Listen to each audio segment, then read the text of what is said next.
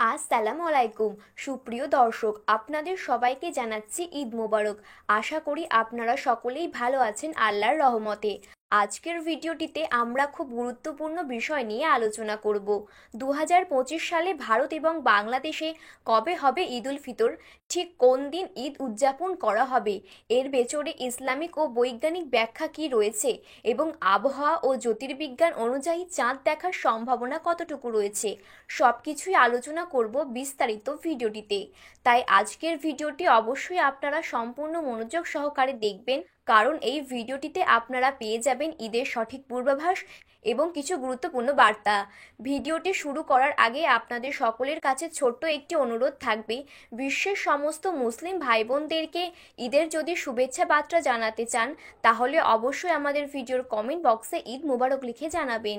আর ভিডিওটি ভালো লাগলে আমাদের ইউটিউব চ্যানেলটি সাবস্ক্রাইব করে পাশে থাকা বেল বাটনটি অল করে রেখে দেবেন। তাহলে চলুন বন্ধুরা, আজকের ভিডিওটি শুরু করা যাক। রমজানের 1 মাস রোজা পালন শেষে এই দিনটি আসে পুরস্কার, কৃতজ্ঞতা এবং আনন্দের বার্তা নিয়ে। পবিত্র কুরআনে বলা হয়েছে, রোজা রাখার মাধ্যমে মানুষ আত্মশুদ্ধি লাভ করে এবং ঈদের দিন আল্লাহ কিন্তু তার সমস্ত বান্দাদেরকে ক্ষমা করে দেন। ঈদ উল ফিতরের তারিখ কিন্তু নির্দিষ্ট কোনো ক্যালেন্ডারে লেখা থাকে না, এর নির্ভরতা পুরোপুরি চাঁদ দেখার উপর। প্রতি বছর রমজানের 29তম রাতে মুসলিম বিশ্বে বিভিন্ন জায়গায় কিন্তু চাঁদ দেখার চেষ্টা করা হয়। যদি চাঁদ দেখা যায় তবে পরের দিন কিন্তু ঈদ উদযাপন করা হয়, আর চাঁদ দেখা না গেলে 30টি রোজা পালন করার পর ঈদ উল ফিতর উদযাপন করা হয়। ইসলামের সাথে আবহাওয়া ও জ্যোতির্বিদ্যার খুব বড়সড় মিল রয়েছে। 2025 সালে রমজান শুরু হয়েছে 1 মার্চ শনিবার দিন থেকে। এরপর 29টি রোজা পূর্ণ হবে 29শে মার্চ শনিবার দিন। আর এই শনিবার রাতে চাঁদ দেখা যদি যায় তাহলে কিন্তু ঈদ উল ফিতর পালন করা হবে 30শে মার্চ রবিবার দিন। আর যদি চাঁদ দেখা না যায় তবে কিন্তু 30টি রোজা পালন করার মাধ্যমে 31শে মার্চ পালন করা হবে খুশির ঈদ।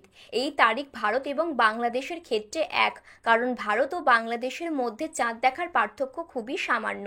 বাংলাদেশের আবহাওয়া অধিদপ্তর চাঁদ দেখার বিষয়ে জানিয়েছেন, 2025 সালের মার্চ মাসের শেষে গ্রীষ্মের প্রাথমিক আবহাওয়া শুরু হয়ে যায়।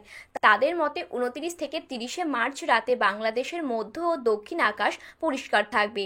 চট্টগ্রাম, কক্সবাজার, বরিশাল, খুলনা, পাবনা, ঢাকা এইসব অঞ্চলের আকাশ পরিষ্কার থাকার সম্ভাবনা রয়েছে 80%। তবে রংপুর ও সিলেট অঞ্চলের আকাশ কিন্তু আংশিক মেঘলা থাকতে পারে। সবশেষে বলা যেতে পারে বাংলাদেশের চাঁদ দেখার সম্ভাবনা খুবই উজ্জ্বল।